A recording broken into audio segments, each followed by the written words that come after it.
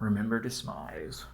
Hi folks, welcome back to the channel. In this video, I'm going to talk about how to prepare yourself to make a clear, concise, and professional self-introduction, and how to answer the deceptively simple question, tell me about yourself. Whether you're in a job interview or on a first date or waiting for your turn to introduce yourself on the first day of class or at a new job, it's important to make a good first impression. This kind of behavior is what sociologist Erving Goffman called impression management. That is to say, the process by which people try to influence how others perceive them. This can be a conscious act like dressing up, but it can also be unconscious. It's about building and maintaining a public self-image, respectability, deference, prestige, or status, what is sometimes referred to as face.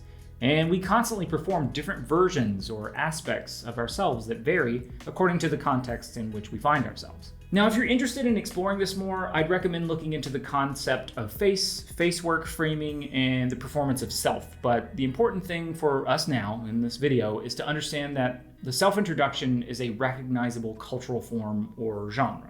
Genre means a category, kind, sort, or type of social or cultural form characterized by a particular style, conventions, or content. Now, let me make this more concrete. When you go to watch a horror film, let's say, because of the history of that genre, the socially agreed upon conventions of what makes something a scary movie, you have expectations of that genre that may or may not be met. You most likely will expect to see disturbing imagery, violence, and jump scares. Same thing for a knock-knock joke. You recognize the genre when you hear the traditionalized framing device, knock knock, who's there, and then the punchline. We have expectations for those cultural forms, and we measure the success or failure of a particular scary movie or knock-knock joke in relation to our preconceived notions and experiences of those genres.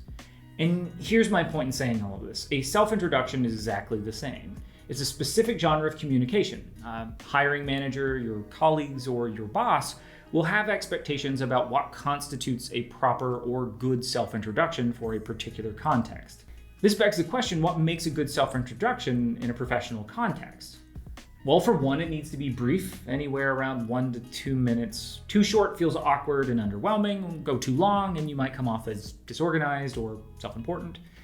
There really isn't a lot of room for mistakes or extraneous or irrelevant information here. Get in, be engaged and engaging, and get out.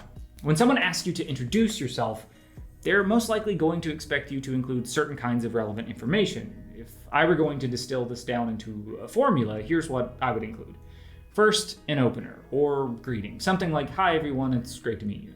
Second, say your name plus relevant information about your occupation, your job title or education or company. Third, get more specific. Say something about your specialty, focus, what value or skills do you bring to your potential employer, then provide more pertinent background information on yourself. For example, if I were introducing myself at a meeting, I would say, "Hi, it's nice to meet all of you. My name is Dr. Matthew Hale. I'm an assistant professor in the Department of Communication Studies here at University of Detroit Mercy. My research and teaching focuses on social media, popular culture, and digital learning."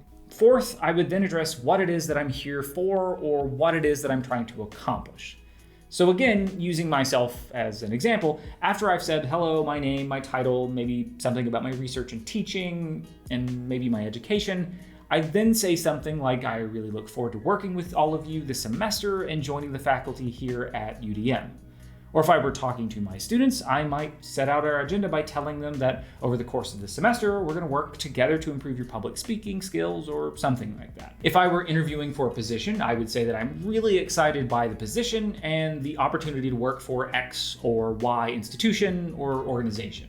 And fifth and finally, and this is the easy bit, I think, you might offer a quick thank you to your audience for their time and attention, if it's relevant, or you could transition into the next item of discussion. To help you prepare for your own professional self-introductions, you might try to answer these questions, and when you do, make sure that you use declarative sentences and to always speak confidently in the active voice. So here are those questions. Who am I? Where am I from? What do I do? What value do I bring? What is it that I want to accomplish here? Now, this isn't a space to be philosophical. If it were, you'd never answer nor get past that question of who am I? But if you keep your answers clear, concise, and professional, and you tack on a greeting at the beginning and or concluding note of thanks, where relevant, of course, you should have a solid foundation for introducing yourself in a variety of professional settings. All you need to do next is practice.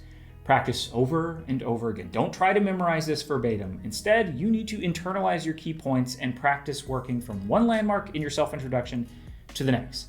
Improvise, gain confidence, and eventually this should feel like second nature. It won't feel forced or awkward, but rather it'll be a genre that you understand completely and can use effectively. All right, that's it.